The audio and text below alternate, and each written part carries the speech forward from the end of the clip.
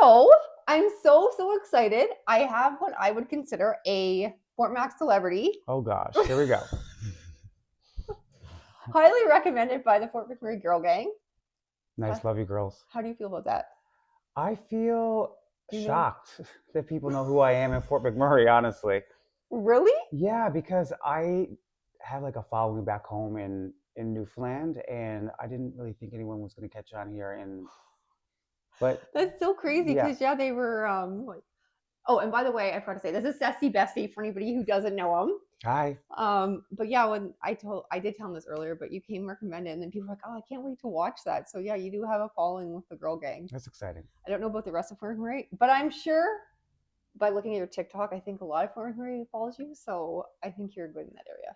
Yeah, I'm happy to be here. Okay. Thanks for having me. Oh, you're in here. I was like so nervous to ask you. I'm like, do I ask him or do I not? You could ask me anything. And then I felt bad though because I knew that you were a recovering alcoholic. Yeah. But I text you and I was like, I'm terrified. I'm so scared to ask you this. And I'm like, oh my goodness, that's probably the wrong way. You probably think of like I wouldn't think I'm like an addict that's like reaching out for when I No, you're good. It's like probably like this person needs help. Okay, so if you don't mind, Sure. could we touch a little bit on your story because we haven't actually talked at all about that. What would you like to know? Okay. What would you like to know? Because I'll answer anything. Okay, so you struggled with what for 20 years? Because was it like alcohol and drugs or primarily alcohol? Or?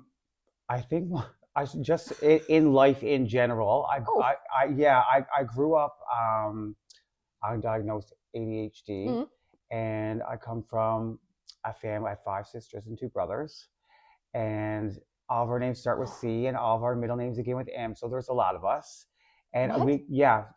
yes, that's a story for another day. Kathy, Crystal, Courtney, Colin, Cassandra, Cody, Candace, Cameron. That's all of our names. 7 There's kids? 8 of us. 8 of us. Oh, 8 8 of us yes, all that together. makes sense. 8 of us all together, and we grew up really religious. What? Yeah. Yes. Okay, this is the first shocker that you're throwing at me. There is a clan of us. Yes, there's a lot of us, and so from a very young age, I was like brought up in the church, Mm-hmm. and I always knew that I was different. Mm-hmm. I always knew inside that there was like, I don't know if you would say like something special about me, and I always knew that I was destined to do things. I just didn't know what it was.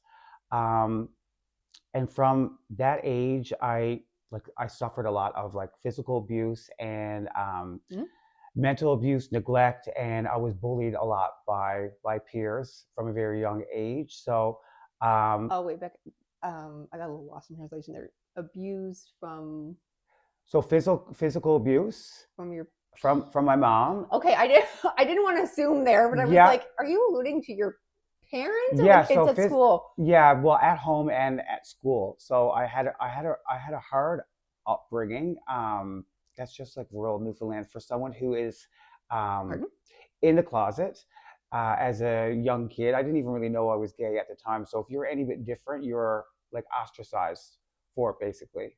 So I found it really hard to be myself from a very young age, and I was basically like told from like a young age that who I was wrong.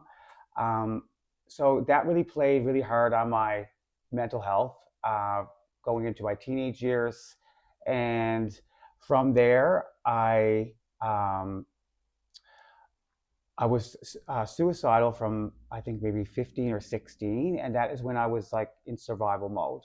So that's when I first picked up, was when I was 15 or 16 years old. And in hindsight, that's when my addiction really began, although I never really knew at the time. But it was a coping mechanism for what I was going through at the time and how I was being treated and abused. And I just wanted a way to escape, but I also wanted a way for like the bullying to stop. And I wanted to be tolerated. So I did what everybody else was doing, and it did, honestly, it worked. It worked. These kids who, would spit on me every single day, or would spit on me every single day, or wouldn't let me eat in the lunchroom, or would beat me up, they would tolerate me to the sense that like they wouldn't like pick on me as much, or if they did, somebody would stick up for me. So that's how my addiction really began from a young age at 16 years old, we will say, because that's when I was in grade 11. Yeah. So that's when my addiction began, looking back. Did your parents know that you were being treated like this at At school? school, like my home life wasn't really a safe space for me to talk about like what was going on. Um, Unfortunately, I couldn't tell anybody what was going on. I think my siblings could see and they would pick up for me, but I don't think anyone really knew it was as bad as it was. Yeah. Okay, moving on. Girl, I So, told you I would tell you everything. what? Do you still talk to your mom?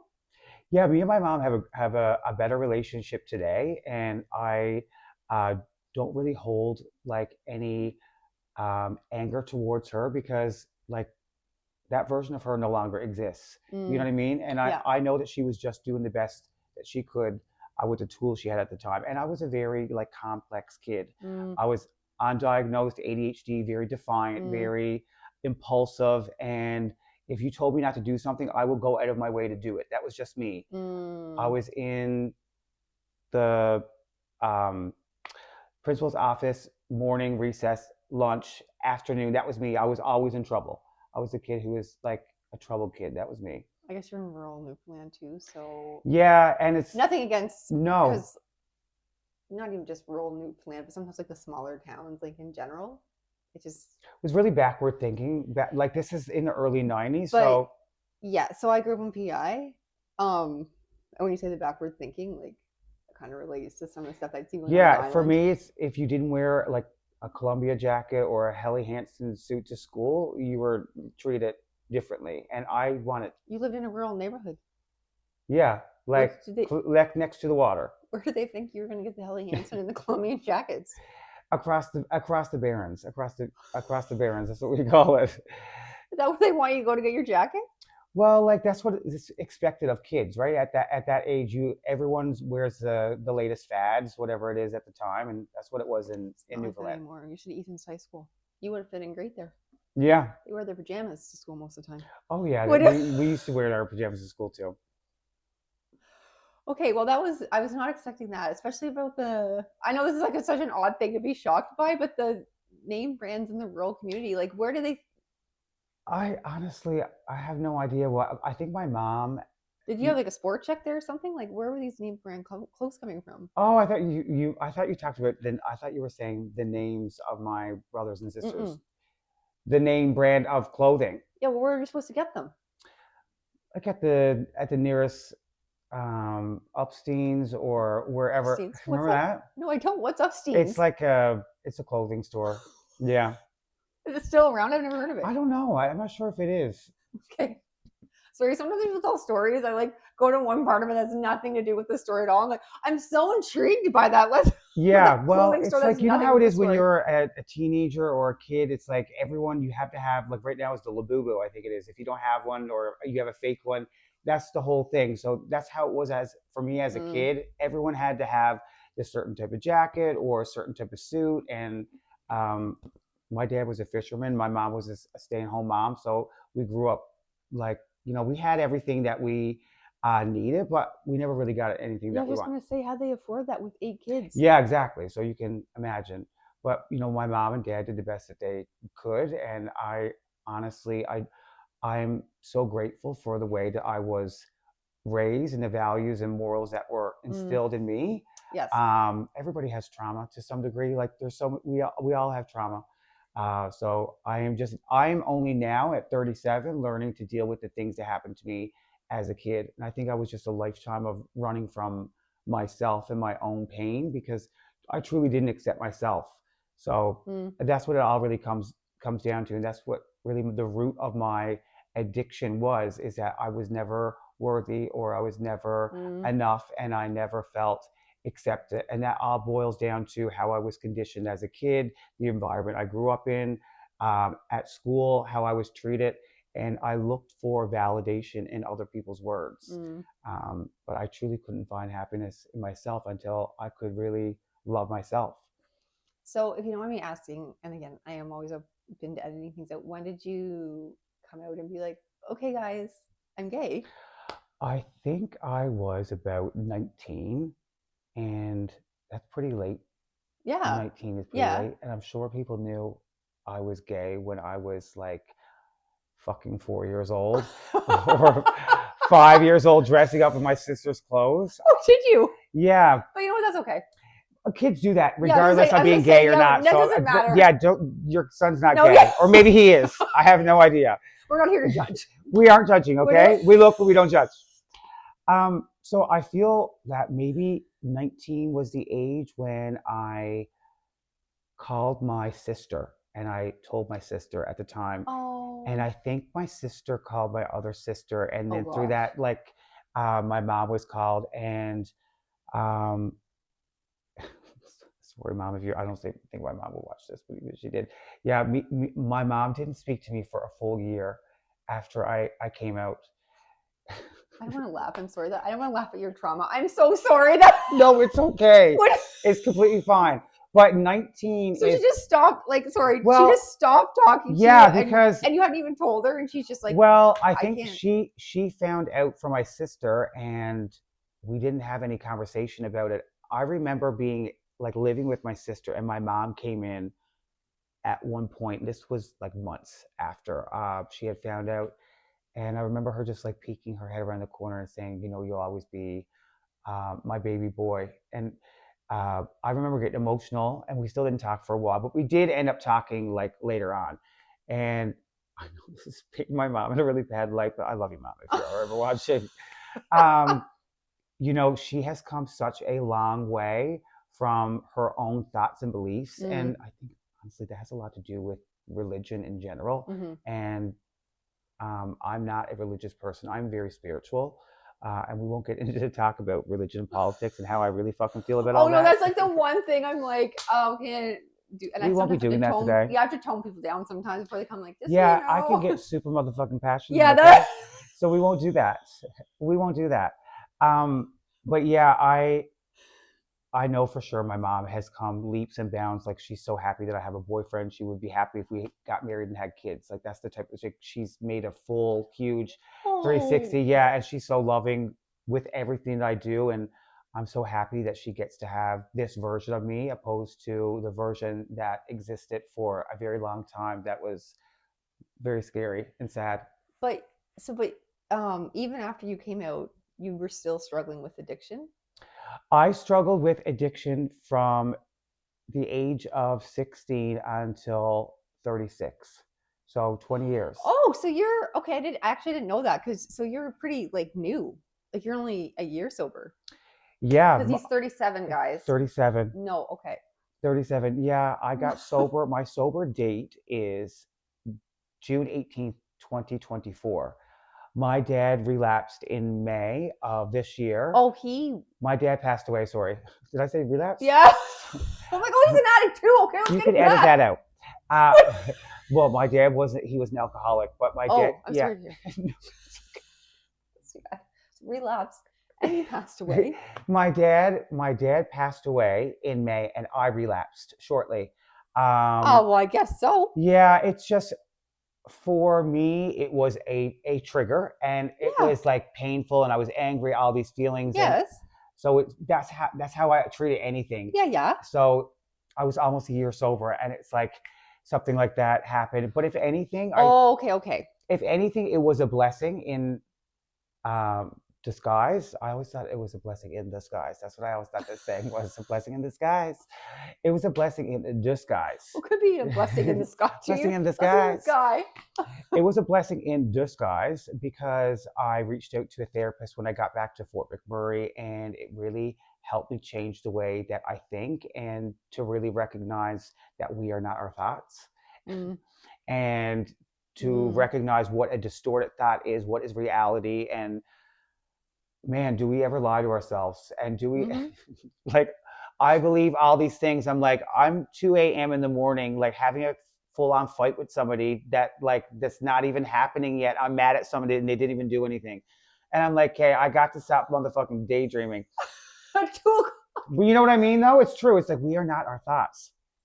I really like how you tell your story. Just like so funny about it. Like, just fighting with someone at 2 a.m. in the morning. That's my ADHD for you, okay? Nothing else to do. I'm just gonna. So yeah, honestly, when my dad passed away, it was a big eye opener for me, and it made me realize that I can't do this alone. I Mhm. couldn't just do it by myself, even though I was doing really, really good, that I needed professional Yeah. help from somebody else. So I'm glad that, um, if anything, I could take something positive from his passing. So yeah, I'm pretty A new to being blessing in sober. disguise. Yeah, The blessing blessing in, in disguise. yeah, blessing in disguise. So okay, so you were a year sober, but you did have some time like before that. It's just your dad's passing. Yeah, well, it was almost a year. I almost had a year sober. Okay, so just 2 years. Yeah, We'll just well, round it up. yeah, I'm almost like 2 years. Almost 3 This June years. will be almost 2 years. And I say I've been on my sobriety journey, healing journey, recovering journey since June 18th, 2024. Because that is like when everything changed for me, like in here and in here. Oh, okay. I see what you're So saying. Yes, yes, yes. So that's my sober date. That's when I got sober. I no more cigarettes, no vaping, no I alcohol, know. no drugs, no nothing. And I went back to rehab for the fourth and final time. And that's when everything clicked for me. So do you go to AA or like NA or I anything? don't do AA, I don't do NA, I don't run a program. I don't have anything against it. I have done it in the past and it does work for a lot of people. It's just it was a mindset shift for me, honestly. And nothing against it. If someone was going to AA or NA asked me to go, I definitely would join them. I like the community, I like the camaraderie and how everyone comes together, but it can be a trigger for a lot of people. Talking about horror stories That's not, you're not wrong. and just I'm after leaving AA or NA meeting before and using right afterwards because it got me so like hyped up. So not saying anything against it, like it works for a lot of people. It's just not for me. That's all. And I think, well, I don't know. So I actually dated a guy. He probably won't. Well, I know he won't watch this, but he does know that I speak of him sometimes. I He's just watching. promised I would never. We see you. We I see just you. Make sure to repost and share this out, okay? I promised him I would never use his name. I just said sometimes I will probably tell stories. But anyway, where this is going is we dated for 4 years off and on, and he was very much bad into drugs. He Right. actually was his drug of choice was actually heroin. Mm-hmm. So he didn't end up going to rehab, and he got clean, and then we stayed together for about a little bit after a year when we got clean. After he got not we he got clean. Not that there's nothing wrong with it. I didn't mean like that. So, but one of the biggest well, I don't even know I'd argue with him about this, but I would. So I would get so frustrated with sometimes because so he went to rehab and he went to AA religiously and NA religiously, which was really great. But we would often like get in heated discussions was more like it because um I would try to say because I do have my Bachelor of Arts in Psychology, which I have talked about before, but I'm more like everybody's on a different path. Mm-hmm. So just because that works for you Yeah. doesn't mean the next person that comes along Right. it's going to work for them. Yeah. Healing is not linear. That's what I was trying to say to him, but he was very adamant. Like, well, if they're not going to AA or NA, like it's not going to work. They're going to relapse. And I like this is crazy talk to me. But he's like, you're not an addict. You don't understand. And I'm like, okay, your argument holds water. You are right. I just like disagree wholly with what you're saying right now. So I do actually preach the fact that you're saying, yeah, it's great for some people. Yeah, But but other everybody's people, journey with yes. sobriety is different. Yes. Yeah, so it's like it's not one size fits all. What works for you may not work for me. Yeah. I just believe in that true sobriety for me, and I believe it's to be true. It's like no nothing. Like no California sober. You're not like putting anything in your body to like alter your mind. And see, that's the thing. He used to vape too. So see that how you guys just so he stayed. Well, sober, that but he like still I vaped. believe you can still be sober and smoke Well, no, but cigarettes you and vape. don't do it at all because you're like I don't want anything to have a hold over me. Yeah, so like that's it. So for your healing journey, you're like I don't want anything because I don't want it to have a hold over me, which you explained to me. Exactly. But he was like, you know what, vaping and smoking is still okay, so I'm going to do it. But that doesn't make his journey any less than yours or your journey. No. It's just because you guys are going on different paths. Exactly. It's like so. Yeah, I do actually appreciate that you said about the NA and AA because yeah, he was like dead set like they're on a relapse. What a Yeah, horrible and if thing to say. someone was to ask me right now to go to an A meeting, I would go. They're always so sweet and like loving and kind, and they'll be the first one to say like, "Do you need a ride home?" or "Can I get you anything?" So sweet like that. Um, but sometimes it can be like a pissing contest of like, "Oh, well, I Sorry. was like a pissing contest." Like, "Oh, I'm sober for this long, or I was up for this many days, or I can drink this." I'm like, I don't fucking Again, I'm care. sorry I'm laughing, but No, it's it's just okay. like But it's true. If anybody's watching it in AA or NA, you know exactly what I mean. It's like, oh, I could drink 4,000 beer in one night. Like, who fucking cares? I don't care. I don't care how much you drank or how much you use. you're You're triggering me. I'm going to leave. Bye. after I'll be getting the 40,000 beer, I'll be drinking them in my Yeah, I'm house. out right now. But it's really hard too with sometimes with AA and NA because you can build relationships with people in like AA or NA, and something could happen. You guys could drink or use together. I've done it before. I've left rehab with somebody one time, and like a couple of days later, we were in like an Airbnb together using. So it's like, It actually sounds pretty classy. well, better than being in like an actual motel or dump If you somewhere. don't mind me asking, sorry to get off track, but what is Are your you talking about? I'm going to talk about my braces. no? Where was you don't have to answer this, but where was like the worst place that you ever like used or drank when you were like? Did you ever be like, what am I doing? You know in the movies they have, but again, it's the Yeah, movies, but they have like I the missed rundown my crack I missed my shacks. flight in Paris once, and Okay, uh, this story doesn't sound bad. I missed my flight in Paris. but then I got robbed, and they took like my suitcase, and I lost my What? phone, and then I was like buying What? like drugs off people off the street in Paris, yeah, and ended up in the hospital. So that was probably my like I that was the most helpless I've ever felt, is being in another country with like no phone, no nothing, and not knowing how to speak the language, and literally walking aimlessly, not knowing where I was. I remember seeing like bibliothèque and be like, okay, that's a library. I'm like, I need to go to a hospital. How Um, did you know these people sold drugs though? Were you just like going up to them like, I could just like when you're in that type of lifestyle, you can, and yeah, you you know would just what? attract those of people. Everybody says that It's to true. me. Yeah, it's true. You just attract what you are at that point. And I was out seeking, so you're going to find what you're looking for, you know? Were you not, well, again, I'm not a drug user and I never have been, but were you not scared? Like, okay, this person might sell drugs, but they might not. I don't You know. know, I was never truly ever scared until like my last bender when I thought someone was going to stab me to death. That's the only time that I was actually truly scared. Were they going to, or is it just you thought they were going to? No, she had like a like knife, and like I was getting beaten, and What? yeah, I just remember like thinking to myself, like I was praying that like I wouldn't die.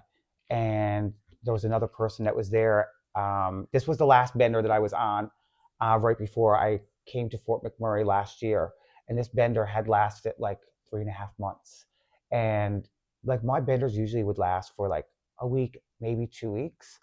But this, I knew in my soul that I was gonna live a life that was gonna be full of meaning and purpose, and I would be sober, or I would be dead, because I would always plan out my funeral, and my like, I could hear my sister scream. I could imagine it all. Um, but I knew in this moment, I'm like, I have got to fight. And this girl that was there with her said, "Don't stab him, don't stab him." And she didn't. Why did she want to stab you? Or did you even, or was it just because everybody's all drugged and Yeah, drinking and they yes. don't know what's going on? They Well, slept just for like days and, exactly that type of whole thing. So, oh my anyways, goodness. long story short, That's scary to me. it was very scary. It was scary to me too because I was like drunk and high, but like it actually scared me almost sober, to the point where like my like fight or flight kicked in, and I'm like, I could die right now. That's what I was feeling. And then the next thing I knew, I was in a hospital bed, and I Thank was goodness. I was hooked up to like an IV drip, and I had got sober enough to like come to my senses, to be like, okay, I had to reach out to my sister.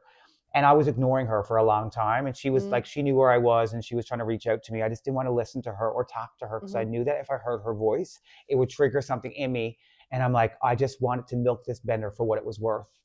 And I literally milked it until it cost me my life. And then that was when got my sister to get a friend of mine who drove like however many hours to come meet me in a different location to pick me up. And that was like 2 days later. Um, 2 days later, I remember drinking in the morning and using throughout the day. And I smoked my last cigarette. And then I literally fought to stay alive and fought to change and fought to find out why I was doing what I was doing and who I truly am as a person. That's so like when you said about your sister and how she knew where you were, but like you weren't really. I could like, she would message me and I think I might have even like blocked her. And I Yes. actually lost that phone that I had out there. Oh yeah. That happens, you lose everything. I literally was robbed of everything that I had.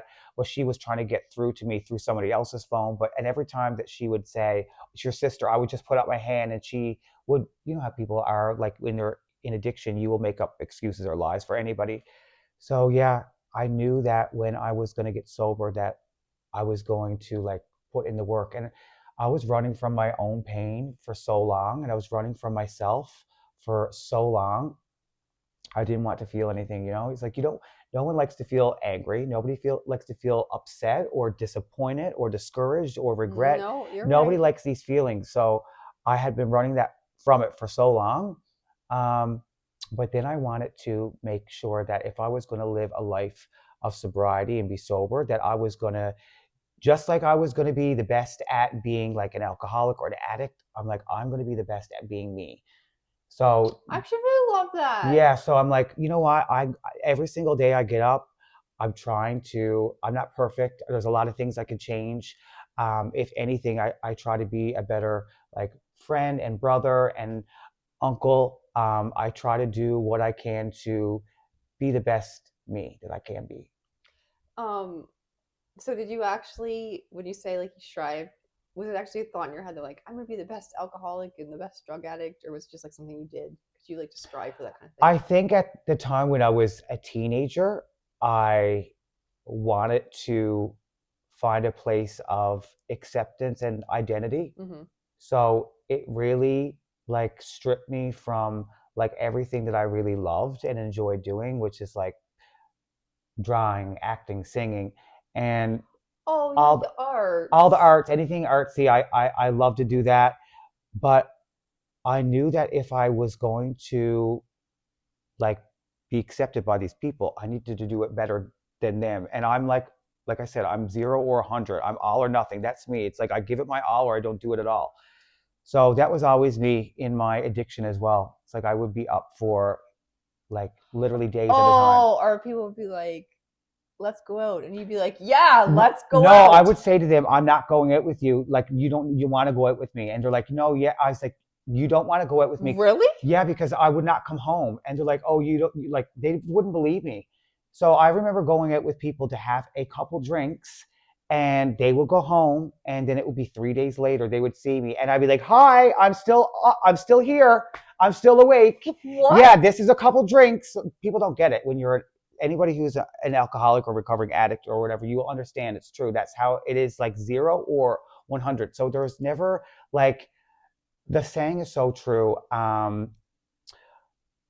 One is too many and 1,000 is never enough. I've never heard that, but I Is love that it. the right saying? But you know what? It's great. Don't Even if you made that up. clock me if that's so totally wrong. No, you. Or if not, he made it up himself, so we'll copyright it. We're getting that trademark, bitch. Yeah, Dre. What's right? 1,000's what is it? 1,000 is too many, and one is too many. I think that's right. One is too many. 1,000's never enough. I think that's right. Anyway, I'm sure someone will be in the comments like, oh, that's so fucking wrong. What? Anyways, all I'm trying to say is that like there's not enough for me ever. It was just it was never enough for me regardless. So I had to come to a point where I was like, okay, enough is enough. So now it's just I had to really honestly like put that version of me to rest and like literally mourn somebody who protected me and comforted me for so long, but then was trying to kill me. Um, That's fair. it's like it gives me cold shivers to even say that because at a time when like my addiction really saved my life and in a way like showed me of what I could be or all these things, It's a lie, and it's a snake, and it will literally take you out.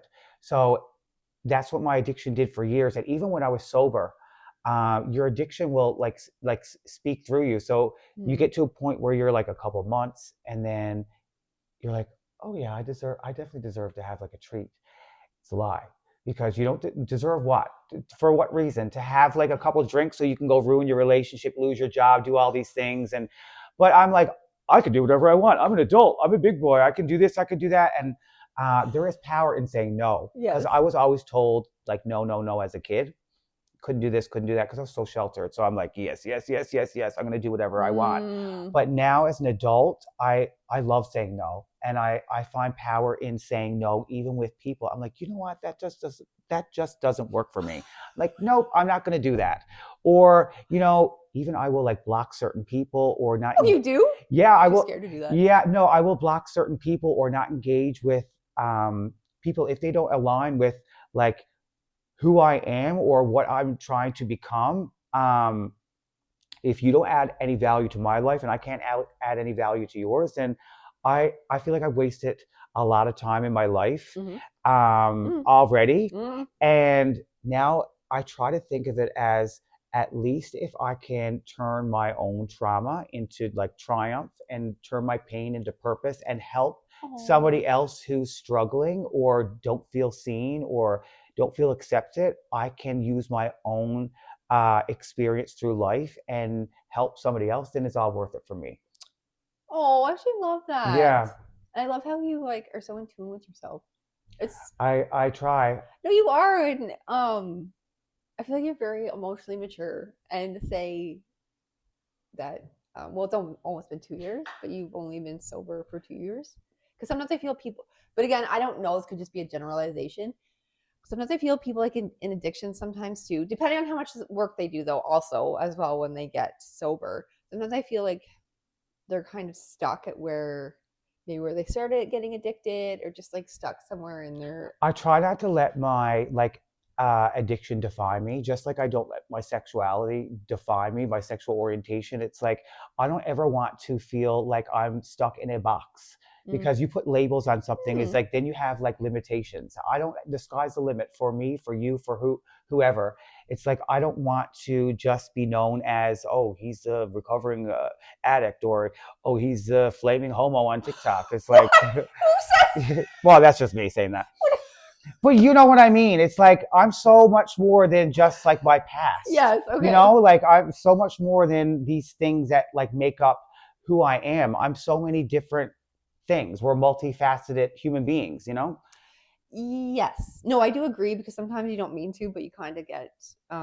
Mine is totally like nothing like that. But sometimes I get lost in like I'm a mom, but it's like you're a mom, but you're not just Just a a mom, yeah, mom. and it's hard to not get like sucked up into like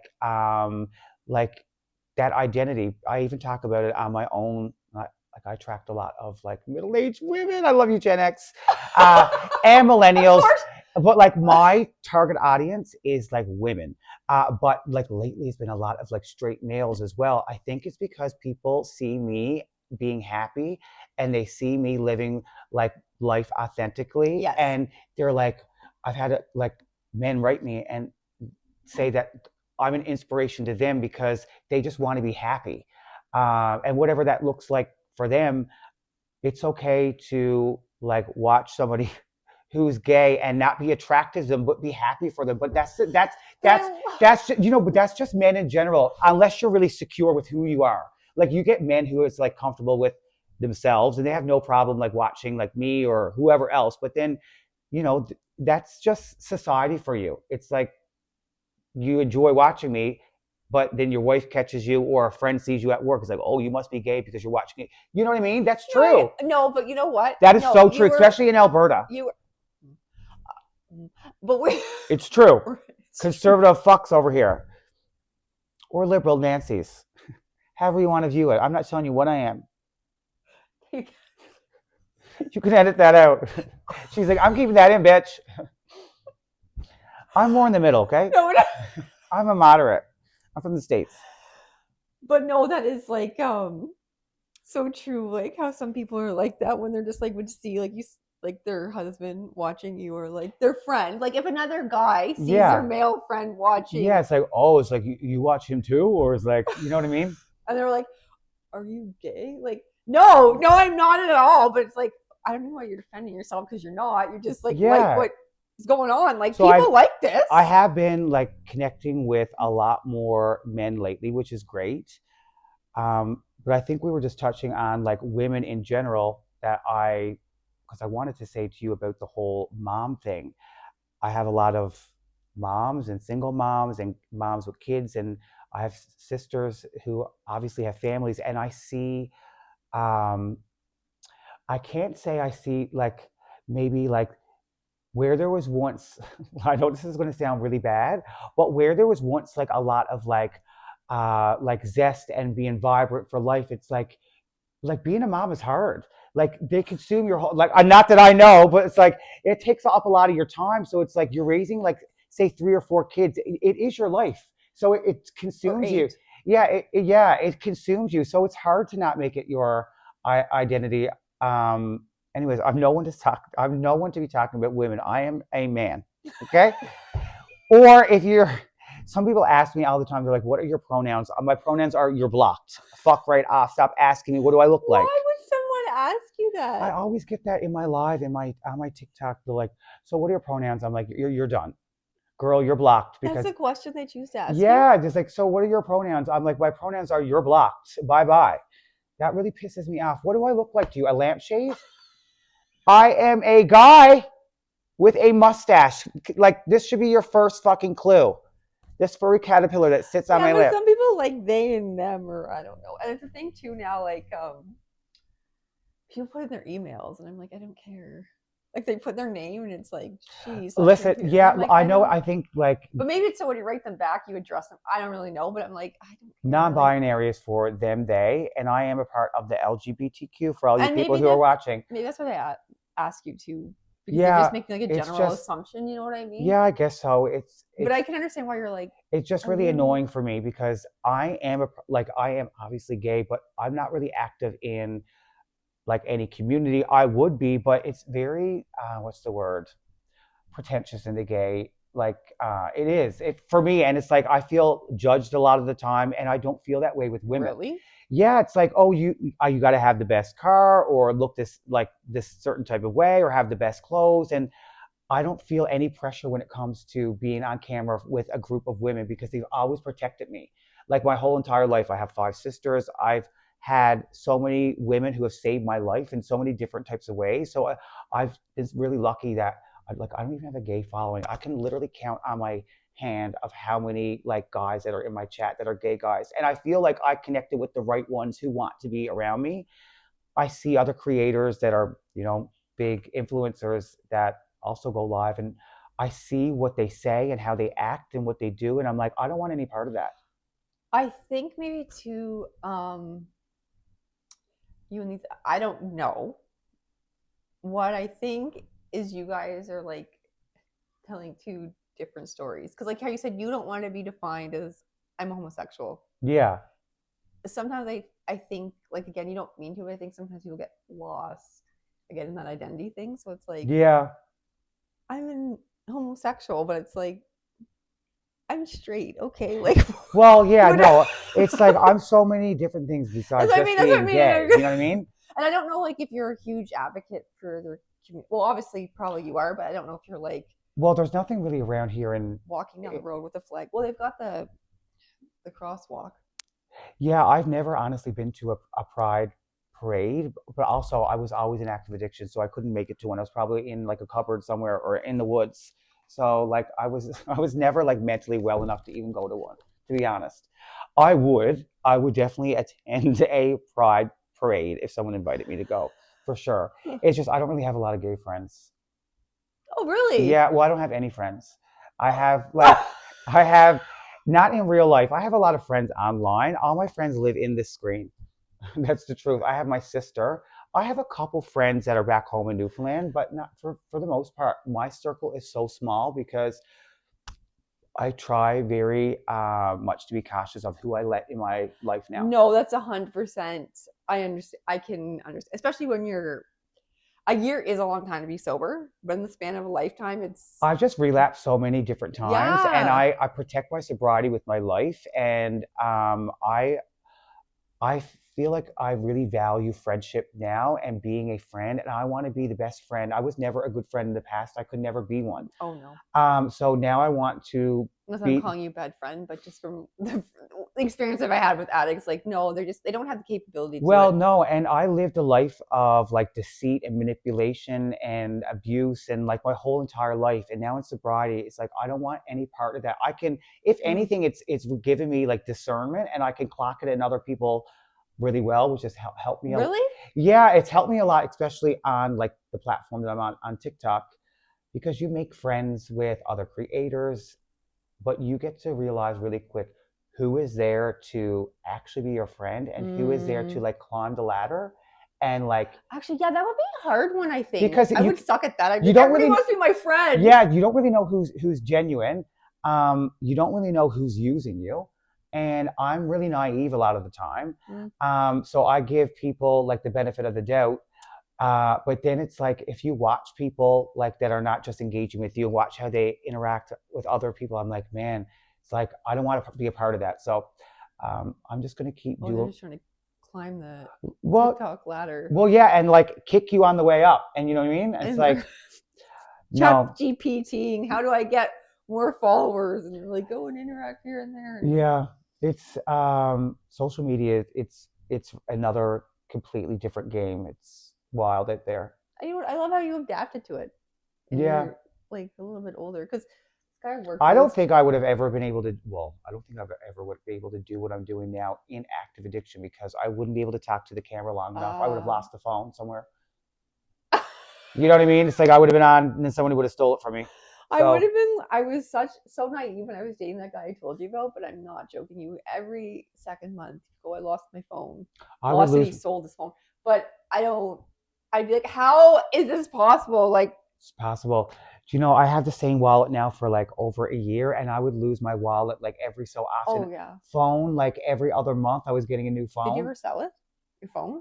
I don't think I've ever sold my phone because I would need it, but I've definitely sold a lot of different things that like meant a lot to me just for That for actually makes me sad. yeah, well, an addict will do anything to get high and drunk. I I know, but like still in It's my hard to heart, explain. Yeah, it's sad. it does make me sad that things that mean a lot to you, but you like needed that drug and the Yeah, alcohol so bad that it was just like it lost its value per se. Like there was a money price on it. So that does make me really sad that it was ever that way for but you. yeah, but if I could say anything, it's that like that was never me. Like that. No, So 100%. I would never Yes. do that in my regular Yes. mind, nor would anybody else. So like if you have anybody that's like close to you or you know anybody that's struggling or an addict, it's like nobody wants to be that way. Even if they say that they do, that's a lie. Trust me. It's like even when I was pretending that everything was okay and fine, it was not. So I had this lady in my chat, I think it was yesterday. Um, she was so sweet, and she's like, "You're giving me hope for my son who's 24 and he's really deep into addiction." I was just basically explaining my story and saying, if I can get sober, anybody on this earth can get sober. That's the truth. A lot of people, well, a couple people said that to me. Like, if can get sober, like anybody can get sober. But it sounds bad if you're hiding in cupboards during the LGBTQ parade. Or Well, I was either covered hanging from a tree, or I was like literally up in an attic somewhere, or in a the closet upside down. Airbnb with your rehab roommates. Yeah, true. So, Were you I working during all this? Like, where do you the money for all this? You don't want yeah, like, don't take I this. was always working, Don't take this the wrong way. So please, I don't mean this offensively, but but I like, lost a lot of jobs. do you know, like sometimes, but they're never doing it for the right reason. But like, no one hustles like a druggie who wants drugs or an alcoholic Oh, that for wants. sure. It's like, you know what? If you really like got clean and wanted to get clean, I think you might be able to become a millionaire because they hustle just like there's a guy today outside the Tim Hortons drive-thru going to work for oops, oh, that's so awkward. 4:10 in the morning, 4:10, and it was freezing cold out, and he was out there asking for change. And you know what? I didn't have any, but I was like, you know what? I admire your hustle. Yeah, 'Cause it was, some people may actually just be homeless and need the money, but well, there's no, he was, you could tell that he was. no, I've been had by him before, Oh, but I okay. didn't. So you know who he is personally. And he, my The brother, hustle is real. my brother had an experience with him before. I really, you know what? Actually, even though I've been had by him before, I actually, if I had change, I probably would have given it to him because I would have been like, you know what? I admire your hustle so much that I think I will give you a loony or two because it's minus. It was like probably almost minus 30 out. And he was just out there like, "Do you got any change?" And people were going through the drive-through. It wasn't even open yet. He's just I yelling at have so people. much compassion for like people who are um like in active addiction as well because I know how hard it is to get out. So I will never be that person. Oh, It's honestly like that's someone's son, someone's brother, someone's like uncle, and it's so sad because no one wants to be in that position. I don't. It makes me it.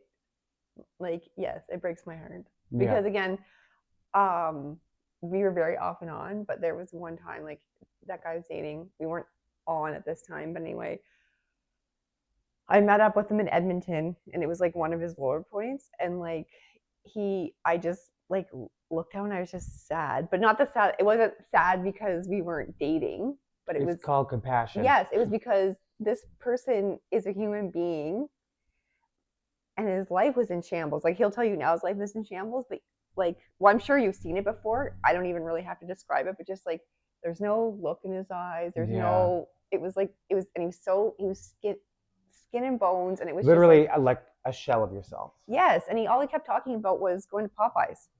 Probably hungry, starved to death. 100%.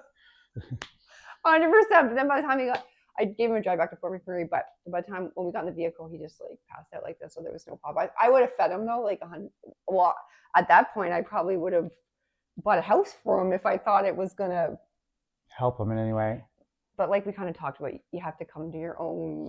You have to want to live for you, not for anybody else. Yeah, so I could have bought him the house, but at that point, it wouldn't have done. He probably would have trashed it and been hiding in the cupboard, like or hanging from the tree out in the in the woods. In the woods, but at that point, yes, it was.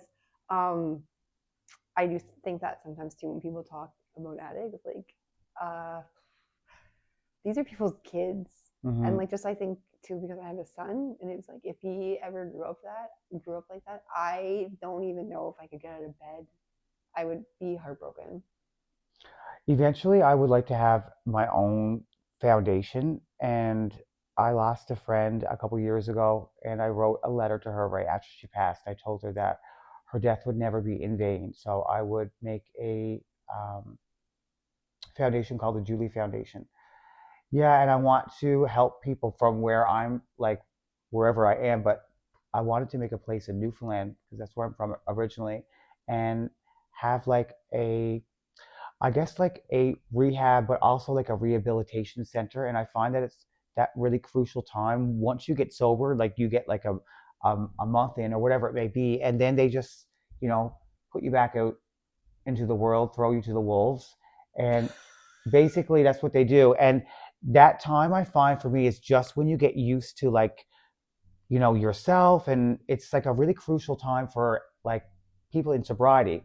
So I'd like to make it like a sober living place for like a couple months where people can stay and get like integrate back to society and be able to like, okay, this is how you live, this is what you do. Because if you're going from homelessness or you're going from like chaos into being like completely sober where it's so like mundane and like a boring for a lot of people are so used to getting like stimulated in every which way. Actually, that's true too. That's a good point. Yeah, and then you really need that period where it's like, okay, I'm struggling right now. What do you do when you struggle? You drink and use. So you need somebody or a place you can go to like talk with counselors or whatever it may be. That period of time, you really need help to get to like the 3 months, 6 months. Yes. So I would love to be able to be financially stable enough to work with somebody or something to really get something off the ground to give people a chance at life. I actually really like that. Yeah. I'm sorry. Okay, so that was perfect because we've actually been almost at this for an hour. No way. Yeah. Oh my gosh, we're gonna have so much fun editing I this. would, so I'm not, I edit not a lot. So it'll probably still be around an hour. I'm really bad at, I'll probably edit this part out, but it's just because I love hearing people's stories and I love talking about people's stories. Yeah, I hate taking anything out because I'm like, who knows who's gonna watch this that's and true. like get it something from this very part? Who might be the judge of, oh, this part isn't good in this part? So some people do watch the full hour. People have told me sometimes they don't, but again, part of the reason I do this is because it's gonna touch you. It's gonna touch, and that's not my choice or my decision. I'll just put it out there. Yeah, exactly. So I would talk to you for the 5 hours, but for my audience, but I do want to ask you my two signature questions, Sure. which I have. Okay, so what is the kindest thing that you've ever done for anybody? I think the kindest thing that I've ever done for anybody was to go surprise them with a visit. I started my TikTok in March, and I had become really close with somebody named Renee. Anyway, she was going through like Through TikTok? through TikTok, yeah. And she had been going through like some health issues with her heart. So I thought to myself, God forbid anything happened to this girl and I never get to meet her. So I was like talking with a couple people within my community, and I literally flew from Alberta to Nova Scotia and was on like a video call with her and surprised her in her backyard with a bunch of people there. And it was like a whole thing. Yeah, it was so sweet. So I think that was the kindest thing. Actually, that is so I sweet. know it really meant a lot to her because she was always the type of person to like give, and always help other people. And it was like it made my day to be able to do something for somebody who was so deserving, who was so not expecting it. So is she a fan or is she a friend? Or like was she a fan? Like She do you know was what a I'm saying? follower that like Okay, was a follower. Okay, a a follower follower. that was a moderator, but now like we talk every single day, so she's become like a friend. But she was just like, so you didn't know her before you started your I TikTok? didn't. Oh, I love that. See, like she's a friend now, but it was like you actually did something for a fan. So I actually like that. Yeah, it's so weird saying fan because like I'm not that Well, no, bitch. and I understand, but I guess from an outsider and Yeah, hearing your story, looking in, to yeah, me, that'd be like, oh my goodness, like you did something for a fan, and I love that because people say a lot of things on the internet, like, oh, I love you and thank you for yeah. supporting me. So that I love I that. really wanted to be able to show her that she is valued and that I care about her. And honestly, if I could do that for absolutely anybody and everybody, I would. But she was really special to me, and her and I became really close. And she actually gave me like the motivation and confidence starting off on TikTok Live to get it going. And if it wasn't for her, I don't think I would have I would be where I am today. I So actually love that story. That was a great story. thank you. Okay, so the second one is what is um the okay what was the kind of thing you did? What is the kindest thing that anyone has ever done for you?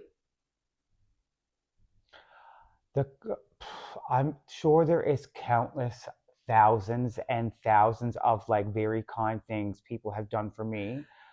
But if I had to think off the top of my head, it probably would be my siblings having me live with them and having like a place to come home to, especially when I got sober this time. My sister literally let me, and I've been with her ever since. So probably like my Oh, sister opening up her doors to have a place of support and I have a actually safe haven no, would and be, you know what? I love that yeah. because you had said before too. We won't get into it very much, but how you had tried to get sober 3 times before this. No, I try to get sober like hundreds of Okay, times. hundreds of I times. went to rehab 4 times. Okay, 4 times. So yeah, But I love that she still um loved you enough that she believed in you. That she was like, okay, you know what? Yeah, you move in with me, and we'll. yeah, that's the thing about family and people who really love you. And I know that it was like people could feel that I was always hungry to change and Yeah. to get sober. It's just addiction is crazy Mm-hmm. because whenever I said I was going to get sober, I meant it. Like I wanted to. It's just It's hard. it's so hard. Again, not speaking from personal experience, but I just think from what I've seen in people in my life, it's not as easy. People are like, oh, they could just quit any day. Like, It's not. no, It's like it's the no. hardest thing I ever had to do in life was to stay sober. Yeah. Not to get sober, because I got sober so many times, like, hey, I'm going to get sober, but anybody can really get sober, and sure, you can get a couple days, but can you stay sober? And with staying sober, you have to change your life. You have to change how you speak to yourself, Mm-hmm. how you speak to other people, where you go, what you do. It's not just like absence from like the substance or um, alcohol. It is literally like a mindset shift that has to happen. You have to change your entire Yeah. life. And a lot of people aren't ready to do that. And unfortunately, with growth and change comes a lot of loss. I lost a lot of friends. I lost a lot of people. Um, I lost a lot of myself. But I found me in that, and I found community, and I'm finding out who I am. And that's a beautiful thing. It is, and you know what? It's my first time meeting him. So I love you as you are. I just like this guy's so great. Was not even I was very nervous when you walked in. I was like, okay, this guy is like Yeah, she's so sweet. She talks to everybody like beforehand. what I'm like, I wish everybody did this because it really breaks the ice. But I want to tell you that even though I didn't know you and your addiction, but I am very proud of you and how far that you've come. Thank you so much. You're That welcome. actually means a lot to me. And now that you have it on my show, I will actually watch your TikToks because now I know it. Because I won't watch stuff. Please don't judge beforehand. me. No, I never would. But I told you, I like the element of surprise when I first meet my people. But I'll definitely I'm a supporter and I'm excited to show this to everybody in Girl Gang because you were just as funny Thank and you so inspiring much. as I said. I appreciate you so much. And guys, please engage with this video from the bottom up and share it to your family, friends, and side pieces, okay? Thank you. Definitely make a short out of that one. Okay, well, thank you so much. Of course. Thank you. Yeah, of course. Oh, I got so excited there. I almost forgot my signature ending. So just remember how wonderful you are, how amazing you are, and stay kind. Stay kind, baby. So sweet.